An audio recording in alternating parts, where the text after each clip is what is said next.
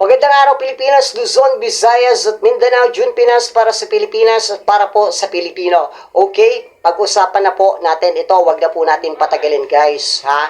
Ito pong si Marcoleta ay meron na pong hold departure order. Galing po ito mismo kaya Ombudsman Boying Remulla. At ilan pa pong kaalyado nitong mga senators.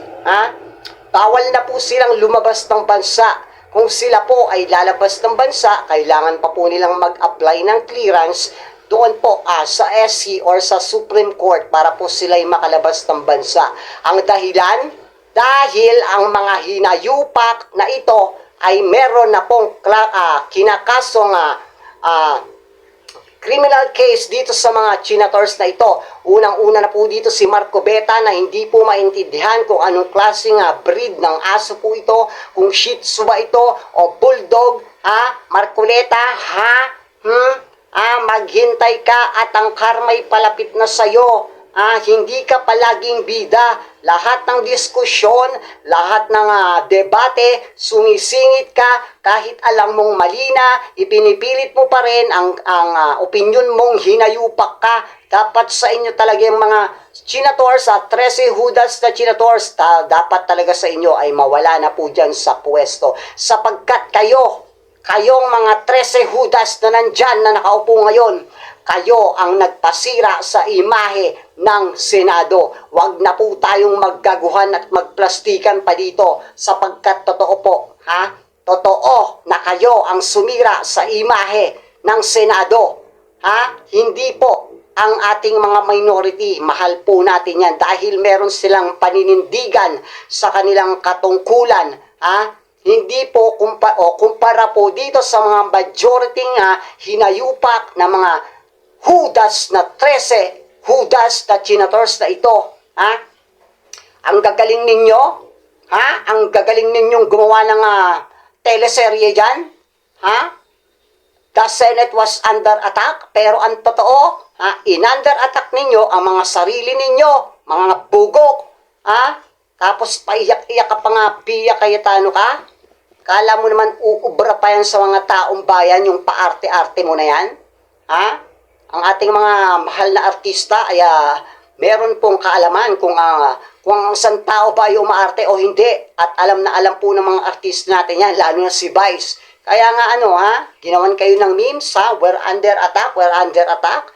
Dapat sa'yo dyan panot, lumayas ka na dyan sa pwesto mo sapagkat hindi ka karapat dapat dyan. Nililin lang mo ang taong bayan. Gamit ka ng gamit ng verse ng Biblia, pero ang sa likod mo naman ay demonya. Totoo, sinabi ni yung kapatid po ng mga Tulfo brothers. Ito pong si Cayetano ay isang Becky. Kunwari may asawa, Becky pala. Paminta, hatching. Well, balik tayo sa topic. Okay, ito po mga senators na ito, unang-una na si Marcoleta ay meron na pong kinakaso ditong plunder at ito po ay no bail. Marcoleta, no bail.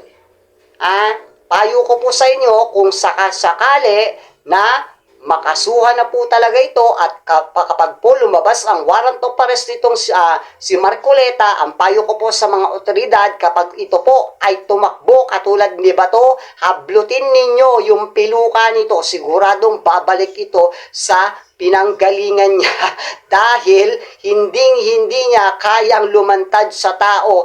Di baling makulong na siya, wag lang makita ng tao ang katotohanan sa likod ng kanyang ulo na siya ay isang pilukang may siya po ay nakasuot ng piluka. Hindi po natin alam pero baka merong lupus po itong si Marcoleta.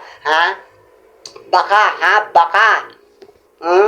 hindi ko sinasabing totoo, baka lang, baka may lupus ka. Yan ang sinasabi niyo sa ating presidente, may cancer. Ikaw, baka may lupus ka, Marcoleta. Kasi, hindi mo maipakita sa taong bayan ang totoo dyan sa likod ng ulo mo. Kung may piluka ka ba o wala. Bakit hindi mo ilantad? Dumulad ka kay Bato na kahit kalbo, inilalantad niya o pinapakita niya ang totoo sa likod ng kanyang ulo. Kalbo talaga siya. Pero ikaw, Marcoleta, diyan pa lang sa piluka mo, hindi mo na kayang aminin ang totoo. Paano pa kaya dyan sa totoong ugali mo? Ha? Marcobeta? Ba? Kaya ngayon maghintay ka, Marcobeta, ha? Hintayin mo ang ating ombudsman ay seryoso sa pagkakaso sa inyo dahil sa sobrang paninira ninyo sa imahe ng ating mga senado at sa ating mahal na Pangulong Bongbong Marcos. Ha? Lalo ka na, yang si SP Cayetano. Ha? Ba?